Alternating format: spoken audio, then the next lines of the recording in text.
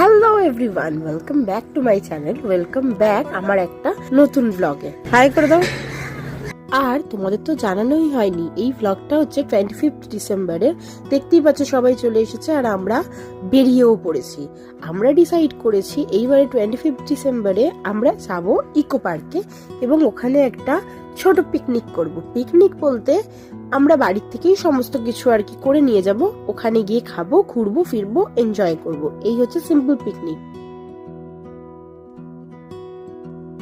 সুন্দর ঠান্ডা হাওয়া খেতে খেতে চলে এসেছি আমরা ইকো পার্কের একদম সামনেই।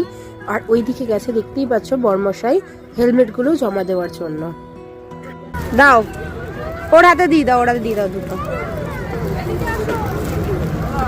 স্কুটি, হেলমেট সব রাখা হয়ে গেছে। এবার আমরা টিকিট কাউন্টারের দিকে যাচ্ছি, টিকিটটা কাটবো আর ভেতরে এন্ট্রি করব। যেহেতু আমাদের আস্তে আস্তে মানে 12:30 একটা নাগাদ বেজেই গেছে, সেই কারণে আমরা একটু তাড়াতাড়ি করছি। বাচ্চাদের যেহেতু খাওয়াতে হবে, দেখতেই পাচ্ছ বর্মশাইয়ের হাতে সমস্ত কিছু আছে। এই দেখো কত ভিড়, তোমরা নিশ্চয়ই বুঝতেই পারছো। জাস্ট গেট থেকে এন্ট্রি করেছি, তারপরেই এতটা ভিড়।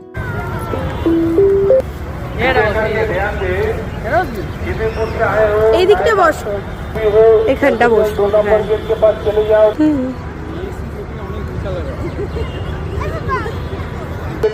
আমি দিচ্ছি, তুমি পারো।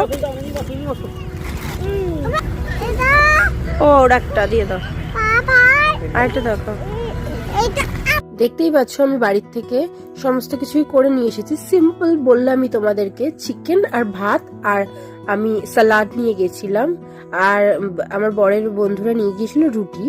আর আমার ছেলেকে দেখতেই পাচ্ছ খাওয়ানো হয়ে গেছে, তখন খাওয়াচ্ছিলাম। আর ও বসে পড়েছে এখন ক্যান্ডি ফ্লস খাওয়ার জন্য। খেয়ে উঠেই ঠান্ডায় কে আইসক্রিম খায়? আমার ছেলে খায়, বায়না দিতেই হবে।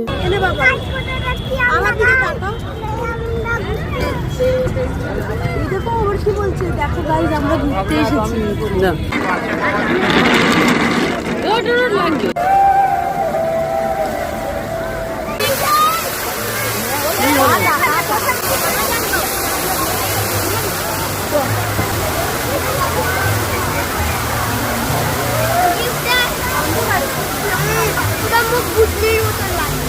বেশ সুন্দরভাবে সারাদিনটা কাটালাম, খাওয়া দাওয়া করলাম, করে তারপরে ঘুরলাম আশপাশটা যতটা ঘোরা যায়, কারণ ইকো পার্কটা বিশাল বড়, সব তো কমপ্লিট করা যায় না ঘুরে একদিনে।